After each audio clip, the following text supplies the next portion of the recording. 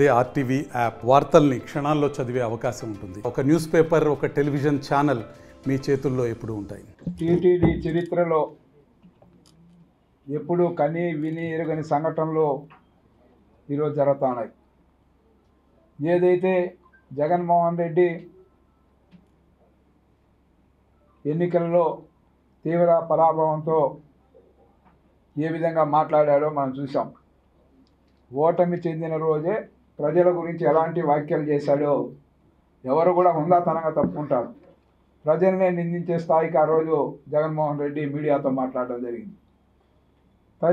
తదనంతర పరిణామాలన్నీ కూడా ఒక పక్క మా యొక్క తెలుగుదేశం పార్టీ జాతీయ అధ్యక్షులు ముఖ్యమంత్రి శ్రీ నారా చంద్రబాబు నాయుడు గారు పదే పదే ప్రజల యొక్క వ్యతిరేకత ఏ విధంగా ఉంది, ప్రజలు మన దగ్గర నుంచి ఏం కోరుకున్నారు, ప్రజల ఆకాంక్షకు అనుగుణంగా పరిపాలన అందివ్వాలి, సేమ్ టైం ఏదైతే ప్రజా సొమ్మును కానీ దేవుని సొమ్మును కానీ ఎవరైతే దోచారో వాళ్ళపైన చట్టపరంగా ఒక సిస్టమ్ ప్రకారం ఎవరు తప్పు చేసినా ఉపేక్షించకుండా వాళ్ళపైన చర్యలు ఉండే విధంగా నిర్ణయాలు తీసుకుంటూ ముందుకు పోవడమే కాకుండా ఇటు పవన్ కళ్యాణ్ గారు కానీ ఇటు చంద్రబాబు నాయుడు గారు కానీ అటు బీజేపీ పెద్దలు కానీ పదే పదే ఈ రాష్ట్రానికి అందరూ మెచ్చే పరిపాలన ఇవ్వాలనే దిశగా పరిపాలన సాగుతామని మీరందరూ చూశారు.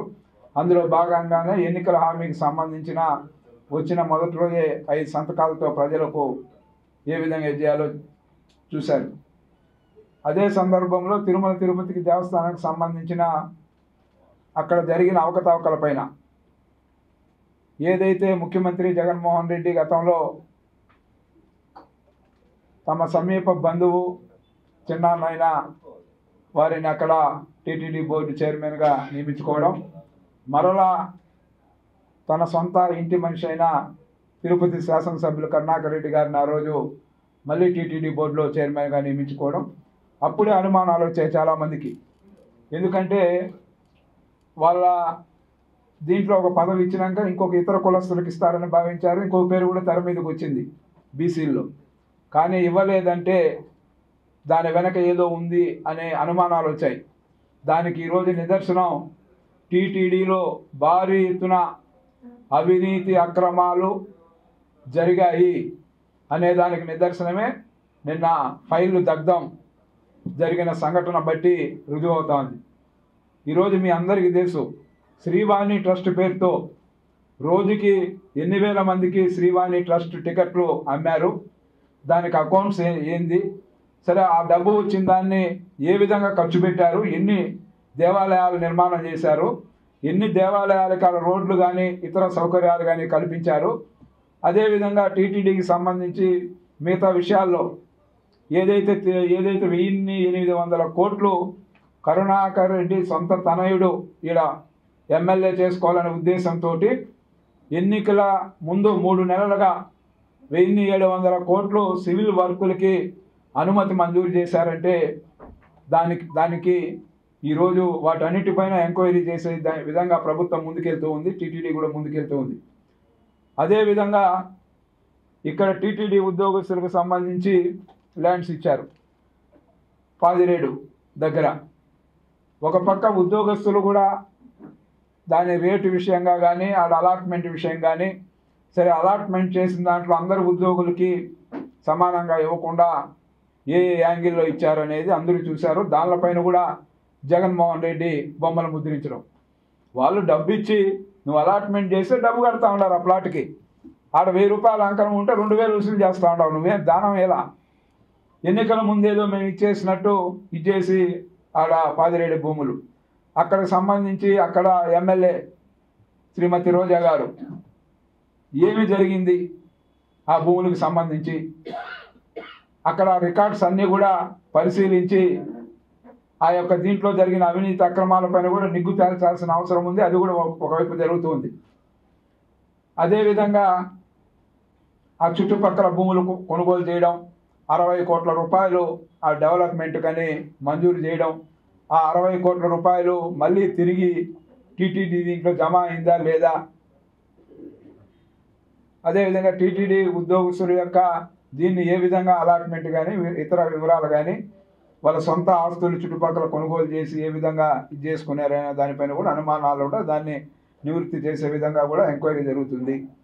ఈ సందర్భంలో ఇవన్నీ ఇలా ఉండగా పకడ్బందీగా మీ అందరికీ తెలుసు, మనం టీటీడీ ఆఫీసులోకి వెళ్ళాలన్నా కూడా అక్కడ సెక్యూరిటీ కానీ సీసీ కెమెరాలు కానీ అన్నీ ఉంటాయి.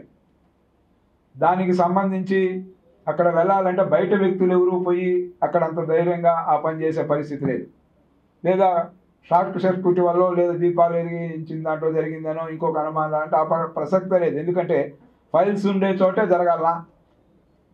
ఏదైతే ఈ యొక్క ప్రధానమైన ఇవి ఏవైతే అనుమానాలు ఉన్నాయో శ్రీవారి భక్తులకు కానీ తిరుపతి వాసులకు కానీ మిగతా అందరికీ ఉన్న ఏవైతే అనుమానాలు ఉన్నాయో దానికి సంబంధించిన ఫైల్స్ పరిస్థితి ఏమిటి, వీటన్నిటిపైన కూడా సమగ్రంగా కూడా దోషులను వదిలిపెట్టే ప్రసక్తే లేదని కూడా ఈ సందర్భంగా కూడా తెలియజేస్తూ రాష్ట్ర వ్యాప్తంగా కూడా జగన్మోహన్ రెడ్డి కనుసన్నల్లో ఫైళ్ళు దగ్ధాలు పరంపర కొనసాగుతూ ఉంది.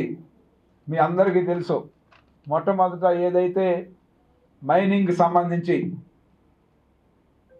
జిల్లాలో పెద్దిరెడ్డి రామచంద్రారెడ్డి ఆధ్వర్యం ఏ విధంగా ఫైల్స్ దహనం చేశారు, అదేవిధంగా మదనపల్లి సంఘటన మనం చూసాం.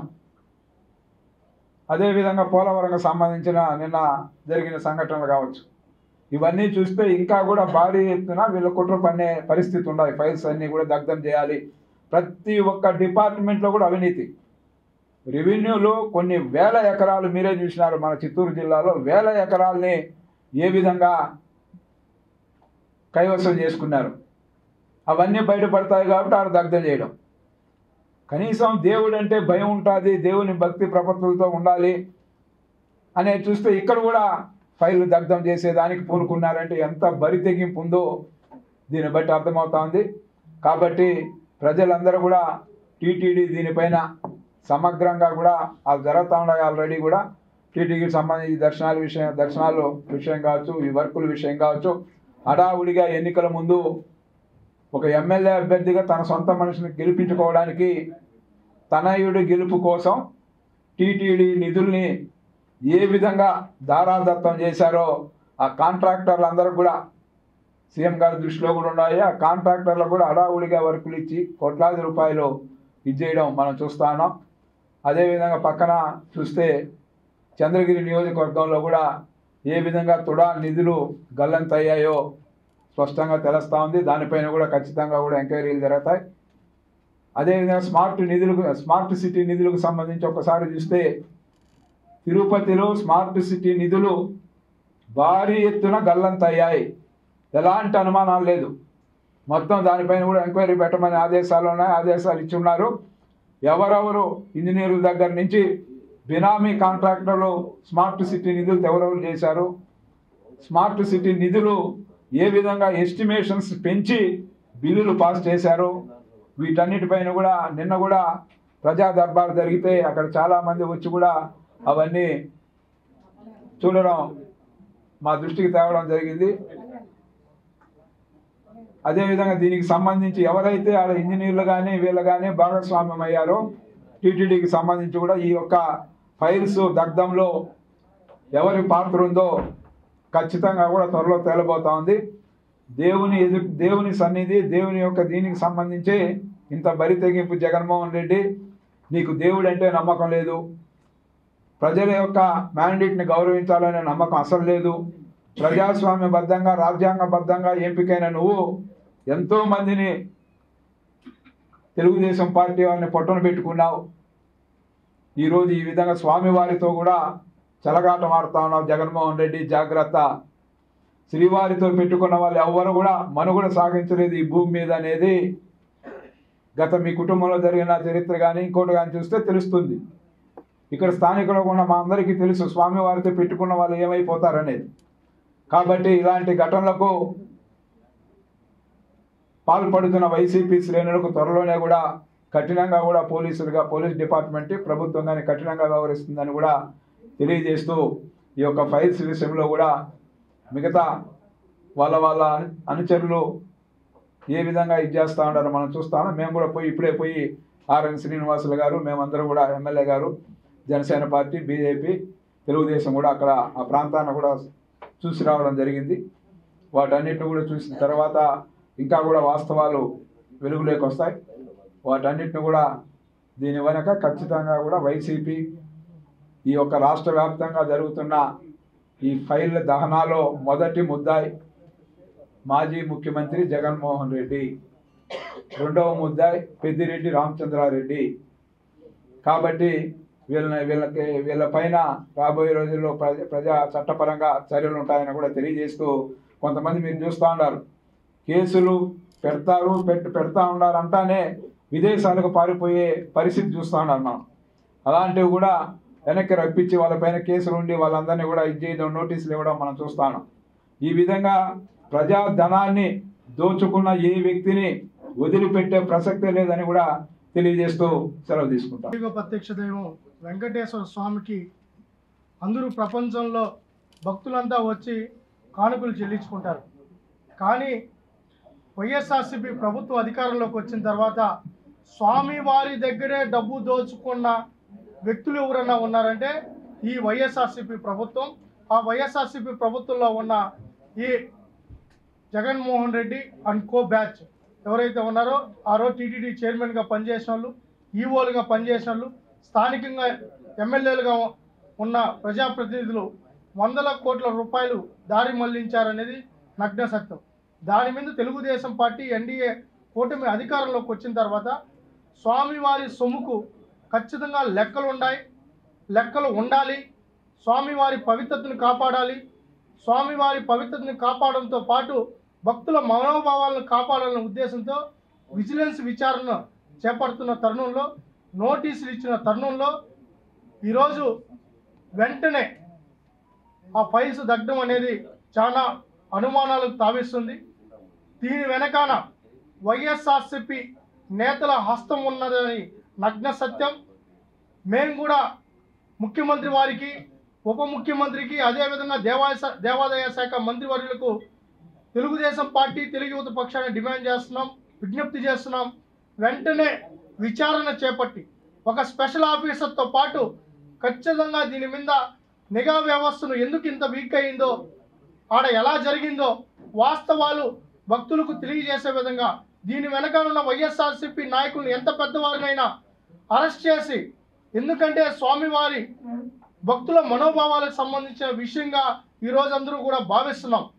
స్వామివారి భక్తుడిగా స్వామివారికి నిరంతరం ఆయన మనసులో పెట్టున్న వ్యక్తి నారా చంద్రబాబు నాయుడు గారు. కాబట్టే ఈ విజిలెన్స్ విచారణ చేపట్టడం జరిగింది. చేపట్టుతున్న తరుణంలో ఇంకా కూడా అక్కడ కొంతమంది అధికారులు తిష్టవేసి ఉన్నారు. ఎవరైతే వైఎస్ఆర్సీపీ ప్రభుత్వంలో ముఖ్యమైన శాఖల్లో ఉన్నారో వాళ్ళ పాత్ర కూడా దీంట్లో ఉంది. వారిపై కూడా విచారణ చేపట్టాలి. ముందుగా స్థాన చలనం చేయాలని చెప్పి ఈఓ గారిని కూడా విజ్ఞప్తి చేస్తున్నాం. ఎవరైతే అక్కడ కీలక పాత్ర పోషించారో వాళ్ళందరి మీద విచారణ చేయడంతో పాటు ఈరోజు టీటీడీ భూములకు సంబంధించి కానీ, అదేవిధంగా ఏవైతే ఇంజనీరింగ్ డిపార్ట్మెంట్లో నిధులకు సంబంధించిన విషయం కానీ, పర్కామణికి సంబంధించిన దారుల విషయంలో అయితేనేమి, ప్రతి దాని మీద మళ్ళీ పూర్తి స్థాయి విచారణ చేపట్టే విధంగా ముఖ్యమంత్రి గారు గతంలోనే ఆదేశాలు ఇవ్వడం జరిగింది. దీని వెనకాల ఖచ్చితంగా మాకు అనేక కాంట్రాక్టర్లు, అదేవిధంగా తిరుపతి మాజీ శాసనసభ్యులు కరుణాకర్ రెడ్డి గారి హస్తం ఉందనేది, అదేవిధంగా ధర్మారెడ్డి గారి హస్తం ఉందని మాకు అనేక అనుమానాలు ఉన్నాయి. వాటి మీద విచారణ చేపట్టి ఎవరు ఎంట్రీ అయ్యారు, ఆ డిపార్ట్మెంట్లోకి ఎవరెవరు వస్తున్నారు, ఎవరెవరు పోతున్నారు, ఎందుకు వచ్చారు, దాని ముందు దాని వెనకాల ఈ 3 రోజులు ఈ వారం రోజులు జరిగిన వాటి మీద పూర్తి స్థాయిలో విచారణ చేపట్టాలని చెప్పి మరొకసారి విజ్ఞప్తి చేస్తూ, ఇది అత్యంత బాధాకరం, శోచనీయం. ఒక పద్ధతి ప్రకారం విచారణ జరుగుతోంది. ప్రభుత్వం గత ప్రభుత్వంలాగా కాకుండా ఒక నిబద్ధతతో పనిచేస్తున్న ప్రభుత్వం ఈ కూటమి ప్రభుత్వం. తప్పు చేసిన వారిని ఎంతటి వారినైనా ఉపేక్షించేదే లేదని చెప్పి గతంలో అనేక సందర్భాల్లో చంద్రబాబు నాయుడు గారు చెప్పడం జరిగింది. అందులో భాగంగానే ఇక్కడ వ్యక్తిగత కక్షలు ఎక్కడా ఉండవు, కేవలం శాఖాపరమైన చర్యలు, అదేవిధంగా ఎవరు శ్రీవారి సొమ్మును దోచుకున్నా వదిలిపెట్టే ప్రసక్తే లేదని మరొకసారి తెలియజేసుకుంటూ, ప్రతి ఒక్కరికి దీనిలో భాగస్వాముల ప్రతి ఒక్కరికి శిక్ష తప్పదని కూడా తెలియజేసుకుంటున్నాం. హైదరాబాద్ సుచిత్ర సర్కిల్ కి ఒక విశేషం. మీ లలిత జ్యువెలరీ సుచిత్ర సర్కిల్ కి వచ్చేసింది. ఆగస్ట్ 18న బ్రహ్మాండమైన ప్రారంభోత్సవం. Lalitha jewellery, A block, green park avenue, Suchitra road. మీ లలిత జ్యువెలరీలో ధరలు చెక్ చేయండి. డబ్బులు చాలా చాలా ఆదా చేస్తారు. డబ్బులు ఎవరికి ఊరికే రావు.